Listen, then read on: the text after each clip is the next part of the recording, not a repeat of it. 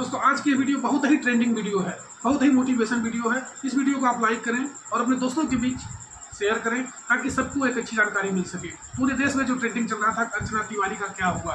अर्चना तिवारी कटनी मध्य प्रदेश की रहने वाली जो इंदौर में जा करके और सिविल जज की तैयारी कर रही थी। 28 वर्षीय युवती, पढ़ी लिखी होनहार छात्रा, उनका अचानक कैसे गायब हो गई, कहाँ चली गई थी, उसकी पूरी जानकारी मैं आपको देने जा रहा हूँ। इस वीडियो को आप लाइक करें, शेयर करें और पूरा देखें। जब आप पूरा सुनेंगे तभी आपके समझ में आएगा, जब आप पूरा नहीं देखेंगे तब समझ में नहीं आएगा।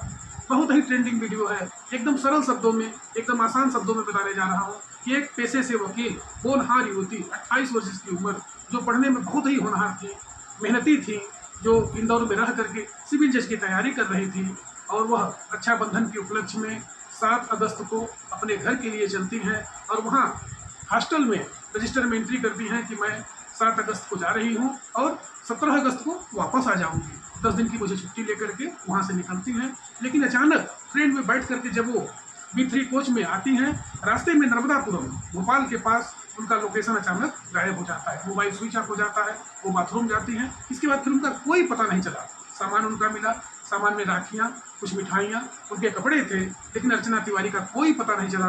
उनके बड़े पिताजी, उनके भाई, उनके पिताजी का 3-4 साल पहले स्वर्गवास हो चुका है। काफ़ी परेशान हुए और परेशान होकर उन्होंने पुलिस में गुमशुदगी की रिपोर्ट दर्ज कराई कि हमारी भतीजी कहाँ चली गई। उनका कपड़ा है, उनका सामान है, सब लोग दुखी हैं। ये युवती अचानक रास्ते में क्या हो गया, किसी ने उनका अपहरण कर लिया, किसी ने उनका किडनैप कर लिया, या ऐसी कोई अनहोनी हो गई कि क्या कोई बालिका सुरक्षित नहीं है। नाना प्रकार के लोग सोच रहे हैं, नाना प्रकार के लोग चिंता कर रहे थे। पूरे देश में, पूरे मध्य प्रदेश में एकदम यह वीडियो झकझोर कर रखने वाले थे। अचानक अर्चना तिवारी कहाँ चली गई, कहाँ गुम हो गई। सब लोग उनको खोज रहे थे। यहाँ तक कि 4 जिलों की GRP पुलिस खोज रही है, Indore police, Jabalpur police, Bhopal police, Katni police अचानक टीम बना करके उनको खोज रही थी कि अचानक अर्चना तिवारी कहाँ चली गई, किसी नदी में गिर गई कि जंगल में चली गई, ट्रेन के नीचे कहीं आ गई, क्या हो गया, किसी ने उनको किडनैप कर लिया, कहीं गिर गई, कोई पता नहीं चल रहा था। दोस्तों अभी आज ही 20 तारीख को शाम को ऐसा कुछ पता चला कि अर्चना तिवारी काठमांडू नेपाल में अपने दोस्त सारांश के साथ चली गई थी। अभी उन्होंने अपने घर, अपने भाई के पास फ़ोन करके बताया कि मैं सुरक्षित हूँ। पुलिस वहाँ गई और GRP की टीम, मध्य प्रदेश की टीम उनको पकड़ करके फिर वहाँ से लाई और उनके पिताजी और बड़े पिताजी को रिपोर्ट किया। दोस्तों इस वीडियो के माध्यम से बहुत अच्छी जानकारी मैं आपको देने जा रहा हूँ कि अर्चना तिवारी वहाँ कैसे चली गई। पुलिस ने ऐसा खुलासा किया है कि अर्चना तिवारी के बड़े पिताजी उनकी शादी करना चाहते थे, जो पेशे से पटवारी थे, लेकिन अर्चना तिवारी वहाँ शादी नहीं करना चाहते थे क्योंकि वह पढ़ने में बहुत होनहार छात्रा थी। अपने बड़े पिताजी से वह कुछ बोल नहीं पाती थी, अपने भाई से कुछ नहीं बोल पाती थी। लेकिन उन्होंने एक ऐसा उपाय रचा कि मैं अगर इस तरह का काम करूँगी तो हो सकता है घर वाले हमारी बात को मान जाएंगे, तो कम से कम उनको अपने घर बात करना चाहिए था, अपनी माता जी से कहना चाहिए था। अगर अपने भाई से वो नहीं कह सकती थी, अपने बड़े पिताजी से नहीं कह सकती थी, तो कम से कम सबको परेशान नहीं करना चाहिए था। आज पूरा देश उनके लिए दुआएं कर रहा था, घर में पूजा पाठ हो रहा था, यहाँ तक कि रुद्राभिषेक हो रहा है, जप हो रहा है। इतनी होनहार छात्रा, जो पढ़ने लिखने में सबसे तेज, पेशे से वकील, जो एकदम अच्छी लड़की, पढ़ने में ब्रिलियंट लड़की, अचानक उसको क्या हो गया, कहाँ चली गई, कोई सुराग नहीं मिल रहा था। लेकिन आज उनका सुराग मिल गया है, वो अपने घर सुरक्षित चली गई है। जब पुलिस की टीम ने इस तरह से खुलासा किया कि अर्चना तिवारी नाराज थी, उनको था कि अभी मुझे शादी नहीं करना है, मेरे घर वाले मेरे ऊपर दबाव बना रहे थे, उन्होंने ऐसा नहीं सोचा था कि इतना बड़ा कोई कांड हो जाएगा। लेकिन पूरे देश के लोगों ने इसे हाथों हाथों कर लिया। हर तरह से मीडिया और सोशल मीडिया के माध्यम से पूरी जानकारी देश विदेश में फैलाई गई कि किसी तरह से अर्चना तिवारी मिल जाए। अगर वो जिंदा है, कहाँ चली गई है, उनके साथ ऐसा कौन सी घटना हो गई। लेकिन अभी पता चला तो अपने मन से ही, स्वेच्छा से ही, अपने दोस्त, उनका नाम सारांश जैन है, सारांश जैन से मिल करके वो काठमांडू नेपाल चली गई थी। और लखीमपुर खीरी से, उत्तर प्रदेश का एक जिला लखीमपुर खीरी जो काठमांडू नेपाल से लगा हुआ है, वहाँ से उनको बरामद किया गया, वो अपने घर पहुँच गई।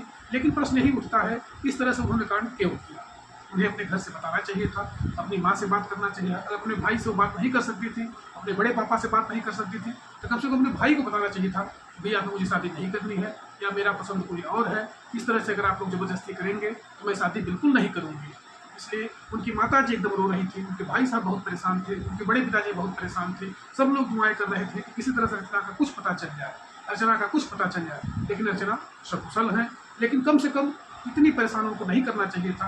अपने घर फ़ोन कर करके बता देना चाहिए था कि मुझे कोई दिक्कत नहीं है, मुझे कोई परेशानी नहीं है, मैं शादी नहीं करना चाहती हूँ, मैं अभी पढ़ाई पर अपना ध्यान रखाई हूँ, अभी बाद में फिर मैं अपने पसंद से शादी करूँगी, ताकि लोगों का एक विश्वास जम जाता। आज लोग बहुत दुखी हैं। एक युवती जो पढ़ी लिखी होनहार छात्रा जो वकील है, उसने ऐसा कांड क्यों किया, क्यों सबको परेशान किया? उसके पीछे कम से कम कितने लोग लगे हुए थे? लगभग 70 से 80 पुलिस वाले लगे हुए थे, जीआरपी की टीम लगी हुई थी, इंदौर की पुलिस लगी हुई थी, भोपाल की पुलिस लगी हुई थी, जबलपुर पुलिस लगी हुई थी। कम से कम उसे अपने घर जरूर बता देना चाहिए था कि मुझे अपनी शादी नहीं करना है या मेरा पसंद कोई और है। आप लोग परेशान मत होइए दोस्तों, रचना तिवारी मिल गई है। ये कहानी अब यहीं पर धीरे धीरे समाप्त हो रही है।